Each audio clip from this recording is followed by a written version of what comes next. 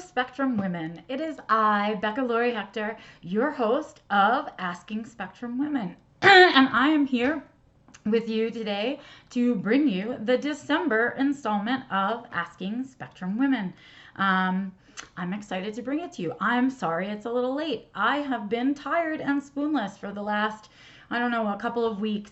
And so getting my stuff together to kind of organize and record for you guys has been a little bit of a challenge for me. But nonetheless, a little bit late, but here I am. And I'm excited to do the December Asking Spectrum Women with you.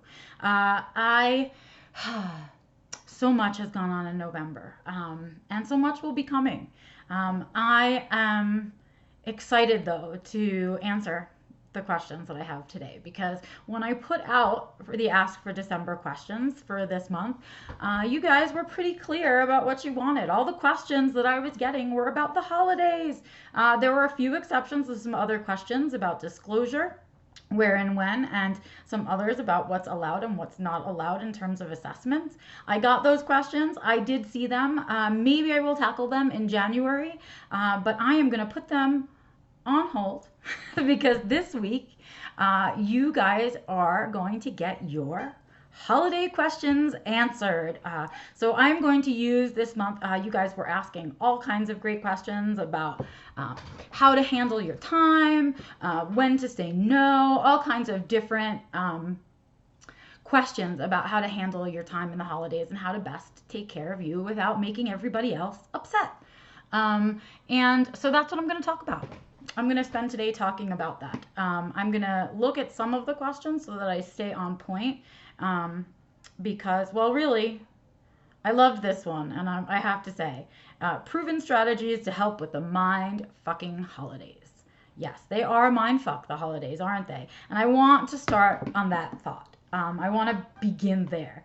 I was thinking about how many of you had asked all these holiday questions, and I was sorry that I had sort of missed that or talking about it too much in November, but I'm going to give it to you here in December. And I'm going to start with my thoughts on the holidays and kind of how my perspective of it all. So when it comes to the holidays these days, I really don't participate that much. If I'm invited to go somewhere and it's people that I want to spend time with, I will go. But as a rule, I have stopped worrying about the holidays, putting pressure on myself about the holidays. And I was really struggling with that for a while, but I kind of came to terms with it partially as a part of my self-defined living stuff, my kind of self-help or personal development, whatever you want to call it, where I was creating a life that I don't want to have a vacation from. And in doing that, that meant dealing with my family relations. It meant dealing with my relationships with other people besides my family and dealing with my relationship with the holidays. The holidays were never fun as a kid for me. Not only was I undiagnosed and people didn't understand my needs, but I didn't understand my needs. I just knew that it was uncomfortable, and it was uncomfortable because of the clothes. It was uncomfortable because of the feeling trapped for that length of time. It was uncomfortable because of the conversations. It was uncomfortable because of the food. It was uncomfortable for any number of reasons. For me, and I never had a choice in it. And the not having a choice in it is, I think, the crux of it all for me, because it doesn't make sense in my brain. So here's the part that never makes sense to me in my brain. When I think about the word family and I think about the holidays and I think about all of those loving and compassionate pieces that we think about when we picture the holidays, that's not what I see at the holidays. You see a lot of rushing, a lot of trying to be perfect, and what I see the most of is the people that put the most pressure on the holidays. And this is an autistic observation and mine alone, so if you disagree, that's fine. But on the holidays, people put so much pressure on themselves and so much whatever because it is the one day out of the year that they actually think or get in touch with or spend time with these family members that they are supposedly so close to. So I think about it in terms of moving, right? There are a lot of people in my life that will wish me happy holidays all over the place. But if I was going to move and I needed somebody to help me move my stuff, there are only a handful of those many, many people that would actually help me physically show up and help me to move. And that's how I started defining it all in my head, because that's what I help people move. I'm the friend, the family member that comes in and will do the physical work, because if I have a relationship, I'm working on it all year long. I'm putting into it, giving into it, and enjoying it all year long, not just one day out of the year when Hallmark tells me I'm supposed to, when we've decided it's a holiday, when the rest of the world decides to acknowledge their family. That's not the kind of family that I want. That's not the kind of life that I want to live. It doesn't feel authentic to me, and I'm all about living my most authentic life right now. So it doesn't, the holidays as they are and as they were, definitely not in alignment with who I am, who I want to be, and what I want my life to be like. So I kind of did that with it. And now I'm kind of in a process of reinventing those holidays for myself, especially now that Antonio and I have moved and we don't live near any family anymore. And it's sort of, what do I want those holidays to mean to me? I mean, I am somebody who believes so desperately in gratitude, that a day like Thanksgiving, which is an American holiday, takes on a whole other meaning for me than it does for a lot of other people. And it's a much deeper meaning than I really allowed myself to have about Thanksgiving my whole life, because it was always a torture to have to spend that time with my family. And so that's the space that I come to. I come to the holidays from that space. But there are many of you for whom that is not yet a choice, for whom you don't want that to be a choice. You want to spend the holidays with your families, but you just want to do it better. You want to get through it in a better way. So let's talk about some of the things that you can do. Well, some of the things that you can do are, to start with, begin by deciding what are the things out of the holiday season that you truly enjoy, that you don't want to miss out on, and what are the things that on your level you could really do without, with or without whatever, you won't miss it. And for all of those things that don't really mean anything to you, this year, try saying no. This year, say, I'm sorry, I'm not feeling well. This year, say, I was invited to something else. This year, say, I don't know, I heard the moon's going to fall from the sky right onto my house, and I really want to be there when it happens. Come up with whatever you have to come up with. In these kinds of scenarios, it's okay to lie. Because the truth would really hurt feelings. The truth of, I just don't have the spoons to spend them on you this year, or this isn't how I'm choosing to spend my holiday this year, could be really hurtful. Especially as people on the spectrum, we tend to be really blunt and honest and direct, and sometimes our delivery isn't great. And so sometimes it's just easier, especially for people whom you aren't very, very close with, that you don't see very often. It's okay to just say, I'm not available this year. Right? And take those things off your plate. The other thing that you can do for yourself is, for the things that you are going to. There are some that you decide to participate in. There are some things that you can do for yourself in terms of that stuff. So some of it is personal prep. Some of it is the stuff that you need to do for you to take care of yourself while you're not home with your tools. So what tools can you take with you, right?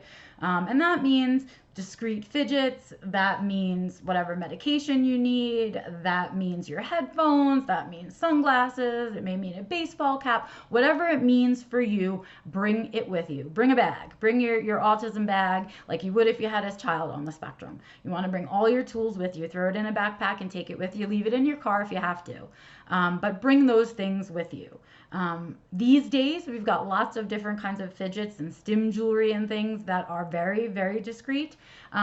So like a fidget ring, for example, a spinner ring, for example, I wear those anytime I go anywhere, because it looks like jewelry and it's fairly accepted. And when I need to, I have a stim available right away. So that's something. The other piece that you want to do besides that part of personal care is also to think a little bit about food and what the whole thing might consist of, right? So we're going to be there for a certain amount of time. There's going to be a certain kind of foods available, and you'll sort of be in that routine. So what does that mean for you? Are there foods that you know that you won't eat? Are there foods that are generally expected to be there that aren't your favorite? Could you cook something at home that would also be accepted for the holiday for everybody, but that you know you like. So if nothing else happens, at least you bring something with you that you like. So that's a trick, is to bake something that you really enjoy or has your eating, whatever your allergies are and things like that, to make something for yourself and to bring it for everybody. You can also bring small snacks and keep those in your backpack, like nuts and things like that, or your favorite snacks that make you feel good if you're not able to eat enough of what's being offered. What else? Let me think. Oh, I know what I was going to say. And the other thing is to set a time limit for yourself. I find this incredibly useful.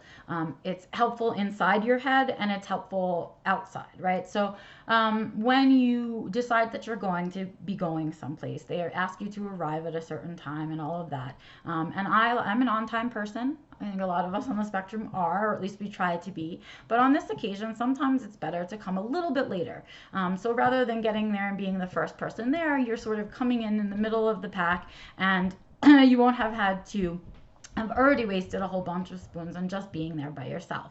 And then what you want to do is sort of figure out how long you think the whole event is going to take, like an hour to socialize, an hour to eat, another hour to socialize afterwards. So about 3 hours. And so what I would say to myself is, well, I'm going to give myself a 4-hour limit. I don't want to be there any longer than 4 hours. If I do past 4 hours, I'm going to run out of spoons. And somehow going through that process and thinking that in your head, and even sometimes when you arrive, letting people know, you have someplace else to be, so you're going to have to leave at this particular time. That way, you kind of are going towards the end of it. You know how far you have to push yourself for how long. And you also have set up for yourself to leave without being impolite and any of that awkwardness. And this way, you've spent a good, decent amount of time, but you haven't pushed yourself too far. And, you keep that boundary for yourself and you say, I have this much time and energy to give to this thing. And after that, it's going to be too much for me. And even if it would make everybody else in the room happy and comfortable, I have to do what I have to do for myself. And my last little bitty of advice, I think, in terms of the holidays is going to be sort of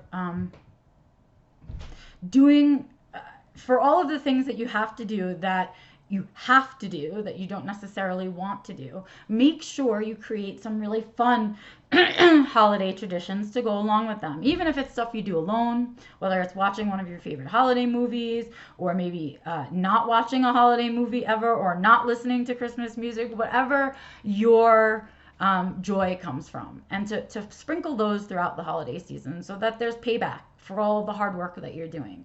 And make sure you've got that. Even if it's buying yourself a Christmas present. What a good idea. I buy myself a birthday present every year because I hate my birthday so much. So now every year I buy myself a birthday present because it reminds me that it's my day to take care of me. So that's what I am saying to you, is the holidays aren't just the holidays for other people. They're also your holidays. And so you need to make them work for you. They need to mean what you want them to mean, or maybe mean nothing at all. But that's a choice that you need to make, and it's up to you to do it, and then it's up to you to set the boundaries around it. And there's plenty of nice ways to say things, because I will tell you, if you spend any amount of time with neurotypicals, they have figured out the nice way to say everything we would say directly. So we just need to ask a neurotypical, and they'll help us to say it the way that they need to hear it, right? But definitely claim your holidays. Take ownership of them. They're yours. And that means creating your balance, whatever that means for you. It means saying no to some things and saying yes to other things. It means recreating old traditions and making new ones. It's a little bit of work, but once you start to get used to it and you've done it for 1 year, you can do it to the next year, for the next holiday, for the next. And eventually people begin to understand that that's kind of what your limit is. And it isn't that you're any more or less involved in their lives because of it. And it doesn't speak about the health or wealth of your relationship with them. I think what speaks to that and what gives that actual feeling of what people are trying to create on the holidays is being there when it doesn't matter. Being there when it's not a holiday or a special occasion or a bad occasion or anything, to just be there and say, hey, you want to go to the movies? Or, hey, I heard you're having a rough time with this. Or, hey, I heard you're moving. Can I help? That's the stuff that really matters in a relationship. That's what really counts.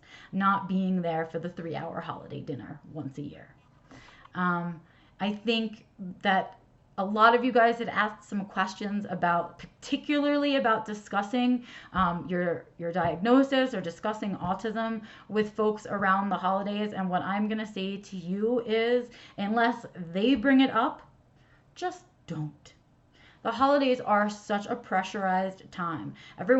We've made it this pressurized time, and what's supposed to be this quiet, family loving time has become full of the pressure of presents and doing the right thing and getting to all the places and seeing all the right people and saying all the right things.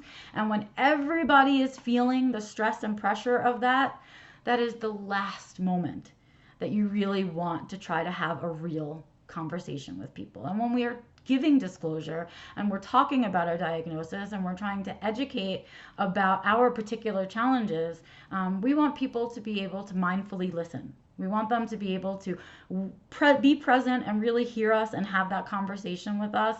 And let's be honest, around the holidays, it's just not going to happen. I would say don't initiate those conversations. If somebody else brings it up, certainly don't be rude and say, it's the holidays, I don't talk about that on the holidays. But I would say keep your answers short, keep it simple, and just kind of know that that's a conversation that you probably want to be having on a smaller circumstance, and certainly on a day that has less pressure attached to it. So that's my advice. That's my advice for the holidays. I say try and enjoy them. Don't do anything you don't want to do.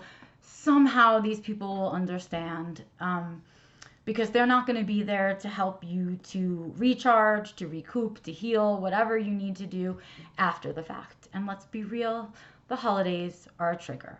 They're a trigger for everybody. Everybody has good, bad, and different memories about the holiday, but we all bring something to it. And so let's keep that in mind. And remember that if you take care of you and you set that good example of taking care of yourself, hopefully the people around you will do the same thing and begin to take care of themselves. And you know what? That makes us better carers all around, because once we've learned how to take care of ourselves, it gives us the energy and the hope and the desire and the passion to help other people get their needs met. And with that, I am Becca Lory Hector, your editor of Spectrum Women Magazine, one of the editors of Spectrum Women Magazine, and one of the authors of Spectrum Women Walking to the Beat of Autism, and your host for Asking Spectrum Women right here on the Spectrum Women YouTube channel. I hope you guys enjoyed the December edition, the holiday edition of Asking Spectrum Women. I hope I helped some of you out, and I look forward to your questions in 2020. I will see you in January. Thanks for watching, you guys. Bye.